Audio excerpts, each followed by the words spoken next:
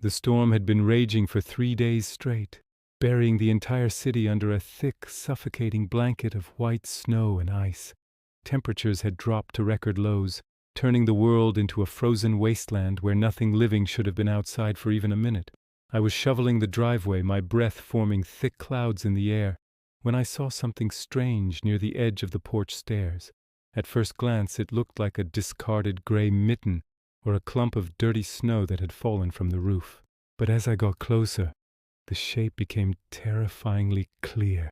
It was a tiny body, curled into a ball, encased in a layer of solid ice. It was a kitten, small enough to fit in the palm of my hand, and she was frozen hard as a rock to the concrete steps. My heart stopped in my chest, because looking at her, there was absolutely no sign of life, no movement, no rise and fall of breathing.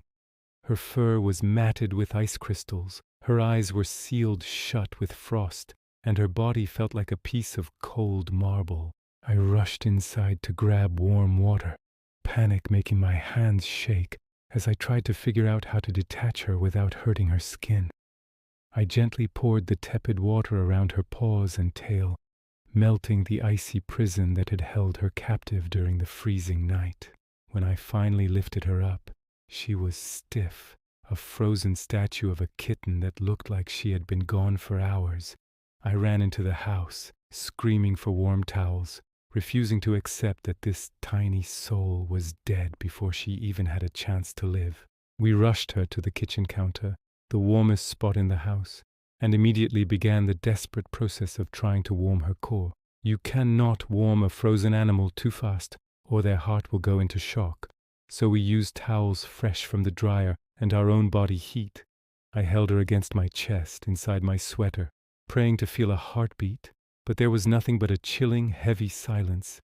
10 minutes passed, then 20, and she remained limp and lifeless, her head lolling back every time I moved. My family told me it was too late, that she was gone, but I couldn't stop rubbing her tiny chest, stimulating her heart. I grabbed a hairdryer and set it to low, moving it back and forth over her body, trying to drive the cold out of her bones. 30 minutes in, I thought I was hallucinating when I felt a tiny, almost imperceptible twitch against my hand. I froze, holding my breath, staring at her gray chest, waiting to see if it was just a muscle spasm or a miracle. Then she gasped, a ragged, wet, terrifying sound as her lungs forced open for the first time in who knows how long. It wasn't a normal breath. It was the sound of a drowning creature fighting for air. But it was the most beautiful sound I had ever heard. We continued to rub her vigorously, calling her name. We named her Elsa, because the cold had tried to take her, but she refused to go. For the next hour she hovered between life and death, gasping intermittently, her body convulsing as the blood began to flow again. When her eyes finally cracked open, they were unseeing and hazy, looking through us rather than at us, filled with confusion and pain. We rushed her to the emergency vet, wrapping her in heating pads, terrified that the rewarming shock might stop her heart again. The vet measured her temperature, but the thermometer wouldn't even register. She was still colder than the lowest reading the device could display. They placed her in an incubator with oxygen and warm IV fluids, warning us that even if she survived, she might lose her limbs. Frostbite is a cruel enemy. It kills the tissue in the extremities, often meaning that toes, tails, and ears have to be amputated later. That night was an agonizing vigil, watching the monitors beep, watching the tiny gray form fight a battle no baby should have to fight. By morning, her temperature had finally registered on the thermometer, climbing slowly out of the danger zone and into the realm of the living. But the battle was far from over. Her paws were swollen to twice their normal size, turning a dark, angry purple from the tissue damage. She couldn't stand, couldn't eat, and could barely lift her head, moaning softly in a way that shattered our hearts into a million pieces. We had to syringe feed her a high-calorie recovery formula every 2 hours, forcing nutrition into her body to give her the energy to heal. She would swallow weakly, milk dripping down her chin, too exhausted to latch onto the bottle, relying entirely on us to keep her alive. For 3 days, we didn't sleep. We just rotated shifts sitting by the incubator, massaging her swollen paws to encourage circulation. The vet told us that if the tissue turned black, we would have to amputate, so we prayed over her tiny toes, willing them to turn pink. On the 4th day, the miracle continued. The dark purple color began to fade, replaced by a bright, angry red, which meant blood was flowing. She let out her first real meow. Not a gasp, not a moan, but a demanding, squeaky protest that she was hungry. It was a weak sound, barely a whisper, but to us it sounded like a lion's roar, a declaration that she was still here. She started trying to drag herself around the incubator, her front legs working while her back legs dragged behind, still too weak to support her. We started physical therapy immediately, moving her tiny joints, helping her stand on a soft towel, cheering for every inch she moved. Her tail sadly did not make it. The tip turned black and hard, dying tissue that had succumbed to the bitter frost. It eventually fell off on its own, leaving her with a slightly shorter bobbed tail, a battle scar from her war against the winter. But her paws, miraculously, were saved.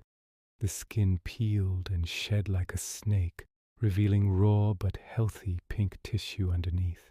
Week 2 was the turning point where the frozen kitten disappeared, and the real Elsa began to emerge from the trauma. She discovered that she had a voice, and she used it constantly, chirping and trilling whenever we walked into the room. She was no longer satisfied with the incubator.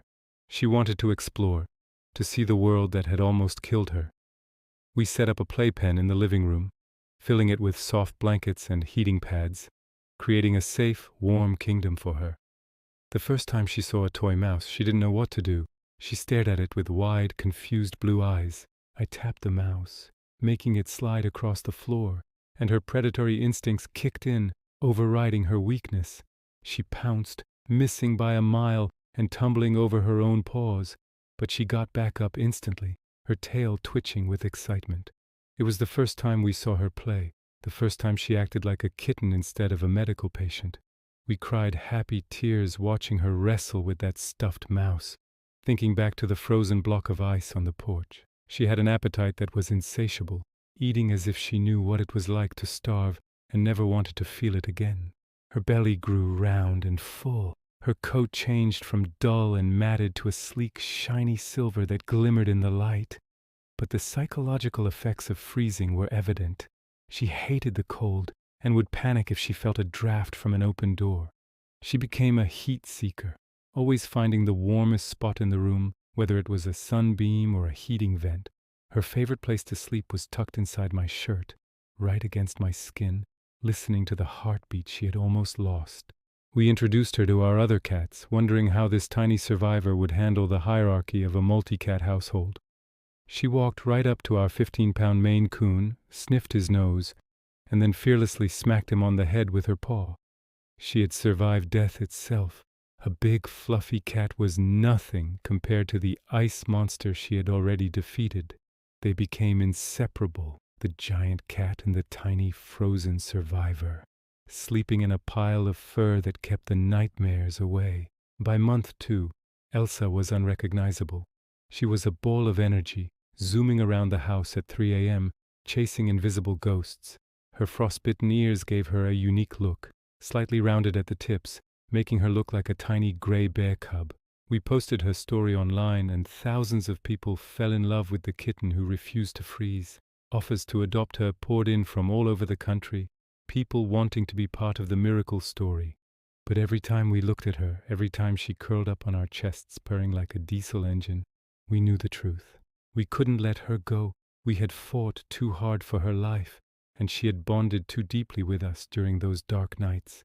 She was already home, exactly where she belonged, with the people who had melted the ice and brought her back. We made the adoption official, signing the papers to keep her as a permanent member of our family and our hearts. Elsa is now a symbol of resilience, a living proof that even when things look hopeless, there is always a chance. She taught us to never give up, even when the world tells you it's over, even when the body feels cold and dead. Every morning when she wakes me up by biting my nose, I'm grateful for the snowstorm that brought her to my doorstep. If I hadn't gone out to shovel that specific patch of snow at that specific time, she would have been lost forever. It makes you wonder about fate, about the tiny decisions we make that change the course of a life completely. Elsa is now fully grown, a beautiful, confident cat who rules the house with an iron paw and a warm heart. She still has a fear of open doors in the winter, and she still sleeps under the covers, burrowing deep for warmth. But she is happy, she is healthy, and she is loved beyond measure, which is the only ending this story should have. There are thousands of stray animals out there right now, struggling to survive the harsh elements of nature alone. Winter is the deadliest season for homeless pets, claiming countless lives that freeze in the silence of the night. Elsa's story is a reminder to check under your cars, to look in your sheds, and to keep an eye out for the invisible ones. Building a simple shelter with straw, providing fresh water, or just opening your door can be the difference between life and death. You don't need to be a vet to save a life. You just need to be observant and willing to act when you see suffering. If Elsa's journey from a frozen statue to a fiery survivor touched your soul, please consider supporting your local shelter. They fight these battles every winter, warming up the frozen paws and mending the broken spirits of the discarded. Please like this video to help the algorithm share Elsa's miracle, because awareness helps us save more lives next winter. Subscribe to the Second Chance Sanctuary to be part of our mission, to witness more impossible recoveries and happy endings. And tell us in the comments below, have you ever saved an animal from extreme weather? We want to read your rescue stories. Let's create a community of kindness, where every frozen soul has a chance to feel the warmth of love. Thank you for watching. Thank you for caring. And remember to hug your pets a little tighter tonight. We will see you in the next rescue video, where we continue to fight for the underdogs who have no one else.